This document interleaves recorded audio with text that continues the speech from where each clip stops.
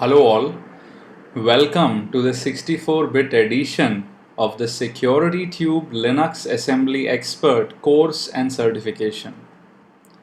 Now in this video, we will look at control instructions. Now what are control instructions? Basically, they alter the flow of the program based on different events which may happen. As an example, maybe a calculation led to a 0.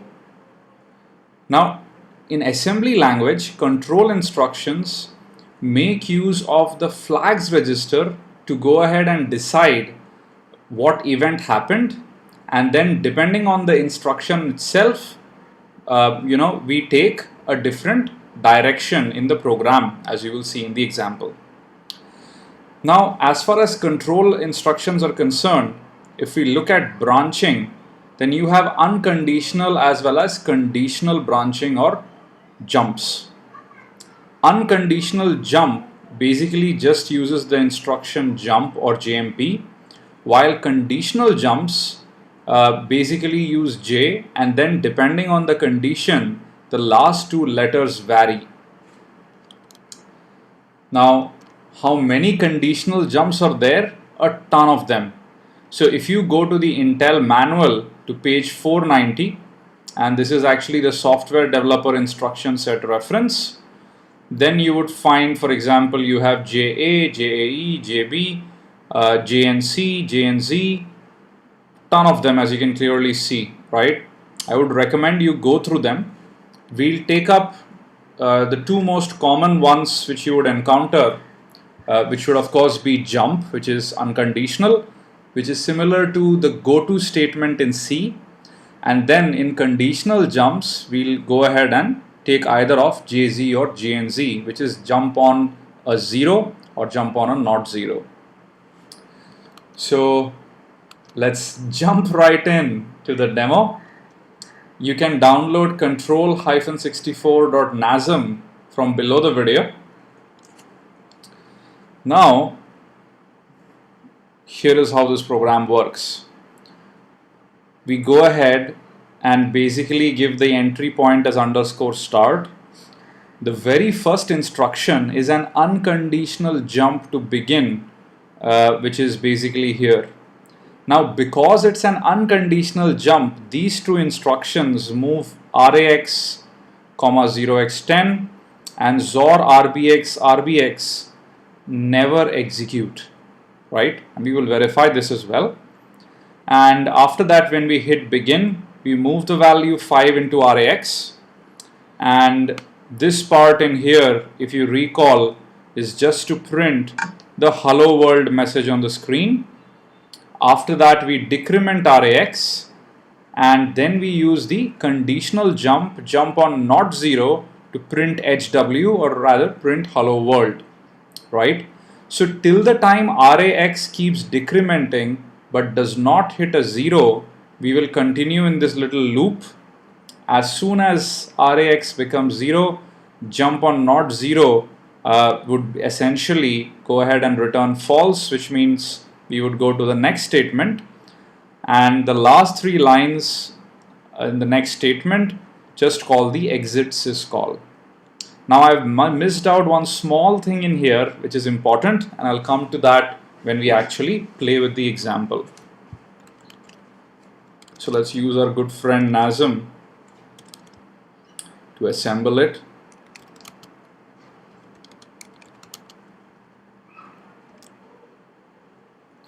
Let's use our linker to link it.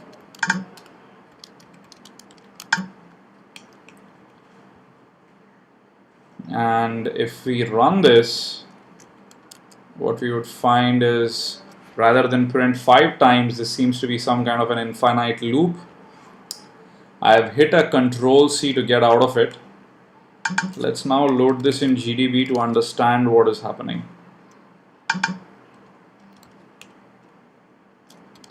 Let's break at start. Set disassembly flavor to Intel. Run the program, lay out the assembly, lay out the registers. Let's step one after the other. Now the first statement is an unconditional jump to begin, and we can clearly see where begin is. And what you would notice is after this statement, we are going to go ahead and skip these two statements, which is part of the never execute, right? And we're going to come here. And as you can clearly see, we are now in begin. So we are moving the value 5 into RAX. Fantastic. There you go, 5 is in there. And now, if you go ahead and see, we are moving the value 1 inside RAX, which means it essentially ends up overwriting RAX. And if we go forward after the syscall, the current value of RAX seems to be 14, which is really the return value of the syscall. And we decrement RAX by 1, makes it 13, of course all in hex. But as we keep proceeding, you would notice that after the syscall, the value of RAX, which is the return value which we are getting for write, is always going to be the same, because the return value is the number of bytes which it has returned, or rather written on the screen, right? And this is what causes an infinite loop. Of course, let's not forget the fact that RAX itself was overwritten. So what we are going to do is going to modify our little program, and we are going to use the stack to make our life simple. Let's push the value of RAX into the stack so that we can safely store it in there. And let's pop the value of RAX back so that we can go ahead and maintain state. So assemble it, link it, call our good friend GDB, set disassembly Intel, break start, run the program, lay out the assembly, lay out the registers, and step through it. Fair enough. Move the value 5 inside RAX. Now we push the value of RAX on the stack, right? And if we were to look at the top of the stack, you would notice that currently the value 5 is stored in there. So now let's step through the program. Syscall is done, RAX is 14, but now we are again going to pop the topmost value on the stack, which again you could easily verify, right, is 5. So we're going to pop that, decrement it, and then do the check for jump on not 0. Now I leave it to you as a very simple exercise to figure out why we see JNE and not JNZ, right? It's trivial. Use the Intel manual to figure that out. We go back, hop in there, and basically we do the drill again. And this time RAX becomes 3, RAX becomes 2, RAX is going to go ahead and become 1, and then finally now RAX becomes 0. Now when this happens, right, this condition no longer is true, and hence we move on to the next statement, which is really going ahead and calling the exit syscall, right? Fantastic. And you can verify this now by running control 64, and you would see hello world is printed 5 times. So this is how control statements can be used to go ahead and do decisions inside the program based on conditions which we can test with flags.